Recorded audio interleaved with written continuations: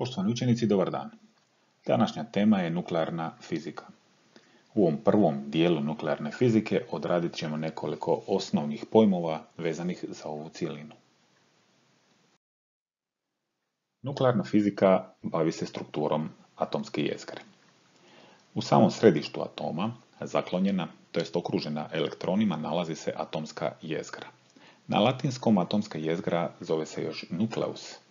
Atomska jezgra je vrlo sitna i ona ima promjer negdje oko 10 na minus 15 metara, što bi bilo negdje oko 100.000 puta manji promjer od samog atoma. Područje fizike koje istražuje jezgru naziva se nuklearna fizika, a početak razvoja nuklearne fizike datira na sam kraj 19. stoljeća. Godine 1896. francuski znanstvenik Henri Becquerel istražuje djelovanje sunčevog zračenja na kemijski spoj u čijem sastavu ima i urana. Becquerelovo otkriće prirodne radioaktivnosti smatramo začetkom zanimanja znanstvenika za nuklearne pojave.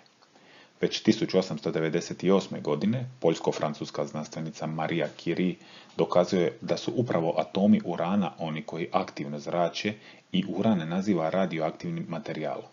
Istu pojavu otkriva i s atomima radija te polonija.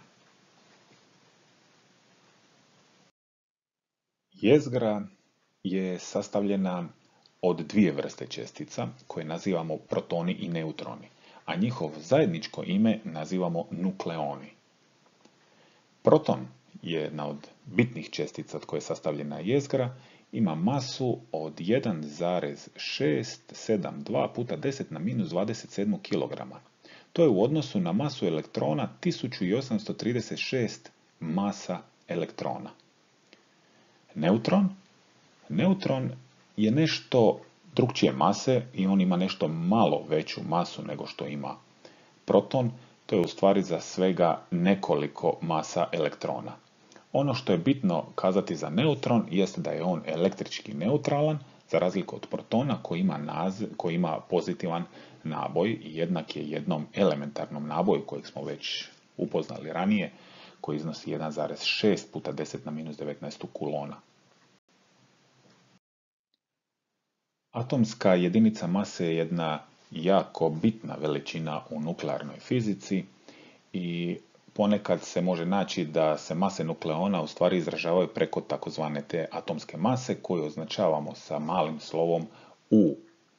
To je u stvari 1/12 mase atoma ugljika koja je određena eksperimentom i koja iznosi 1,66 puta 10 na minus 27 kg. Sad možemo masu protona izraziti preko atomske jedinice mase, te masa protona iznosi približno jednu atomsku jedinicu mase, a masa neutrona malo više od toga, također negdje blizu jedne atomske jedinice mase, dok masa elektrona ima jedan potpuno drugačiji iznos. Međutim, nama je za nuklearnu fiziku u stvari bitna masa protona i masa neutrona. Jezgre atoma razlikuju se po veličini, po naboju i po masi. Kako bismo razlikovali jezgre različitih atoma, uvodimo dva broja kojih jednoznačno opisuju. To su redni ili atomski broj elementa i maseni broj elementa. Ovdje imamo jedan izmišljeni kemijski element, označit ćemo ga sa X i njegova dva broja koja ga opisuju. Z je redni broj, a A je maseni broj. Redni broj elementa označava se sa Z i predstavlja broj protona u jezgri atoma elementa i ujedno i broj elektrona u neutralnom atomu elementa. Dakle, neutralni atom nekog elementa je atom koji ima jednaki broj protona i jednaki broj elektrona i on je električki neutralan. Naziv redni upućuje ujedno i na poziciju elementa u periodnom sustavu elemenata u kojem su elementi poredani prema rastućem broju Z. Dakle, u periodnom sustavu elemenata na prvom mjestu se nalazi atom koji u jezgri ima jedan proton, zatim atom koji u jezgri ima dva protona, pa onda atom koji ima u jezgri tri protona i tako dalje. Maseni broj jezgre elementa označava se sa A i predstavlja broj nukleona, odnosno predstavlja ukupni broj protona i neutrona zajedno. To je u stvari zbroj protona i neutrona u jezgri. Jezgre koje imaju definirane brojeve A i Z nazivaju se nuklidi. U ovom primjeru prikazana su prva 4 elementa iz periodnog sustava elemenata. To su na prvoj sličici vodik, koji se nalazi na prvom mjestu, ima atomski broj 1, što znači da u jezgri ima 1 proton. Tu je helij koji ima atomski broj 2, odnosno 2 protona u jezgri. Evo, protoni su ovdje na ovim sličicama označeni žutom bojom, a neutralni crvenom. Onda na trećoj sličici imate litij, koji se nalazi na trećem mjestu u periodnom sustavu elemenata, ima 3 protona u jezgri, i berilij koji se nalazi na četvrtom mjestu i ima 4 protona u jezgri. Ovo je način na koji možemo zapisati jezgru atoma vodika. Ovaj donji broj nam ukazuje na broj protona u jezgri, a ovaj gornji broj je maseni broj koji je ujedno i zbroj protona i neutrona, pa onda jednostavnom računicom dolazimo do toga kako ovaj vodik u stvari nema neutrona u jezgri. Ovaj vodik je, kao što vidite s ove sličice, električki neutralan jer ima 1 proton i ovu malu zelenu točkicu koja kruži oko protona, to bi bio elektron, što bi značilo da u stvari ako ima jednaki broj protona i elektrona da je električki neutralan. Helij možemo zapisati u ovom obliku, dakle donji broj nam prikazuje njegov redni broj i broj protona u jezgri. Ovdje vidimo da ima 2 protona u jezgri, to su ove dvije žute točke.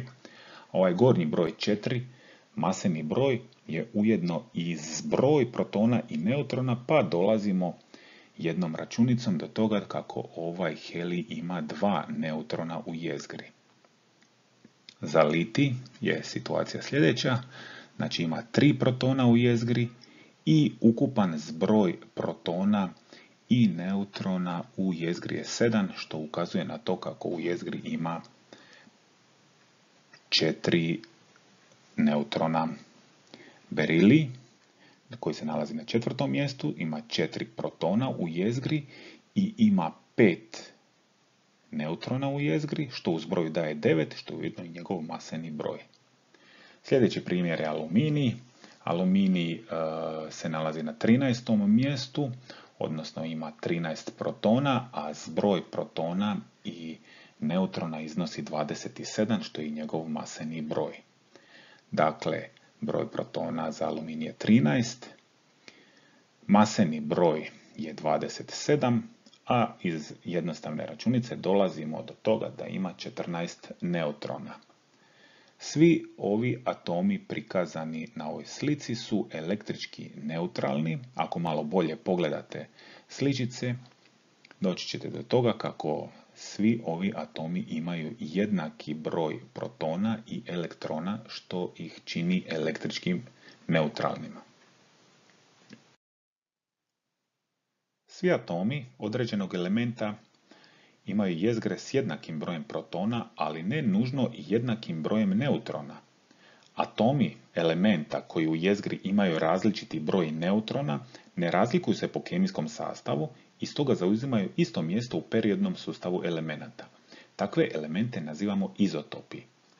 Najpoznatiji izotopi su izotopi atoma vodika.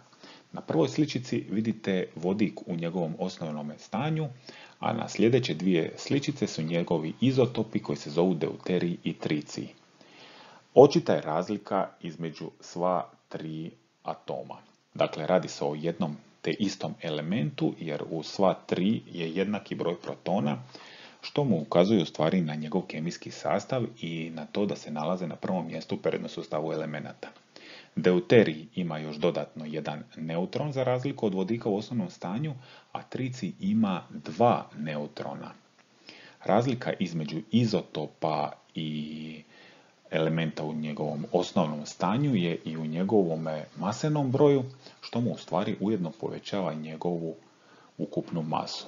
O izotopima ćemo govoriti nešto kasnije u nekom sljedećem videu. A ovo je bilo sve za danas u ovom videu i vidimo se neki sljedeći put. Lijepo vas pozdravljam.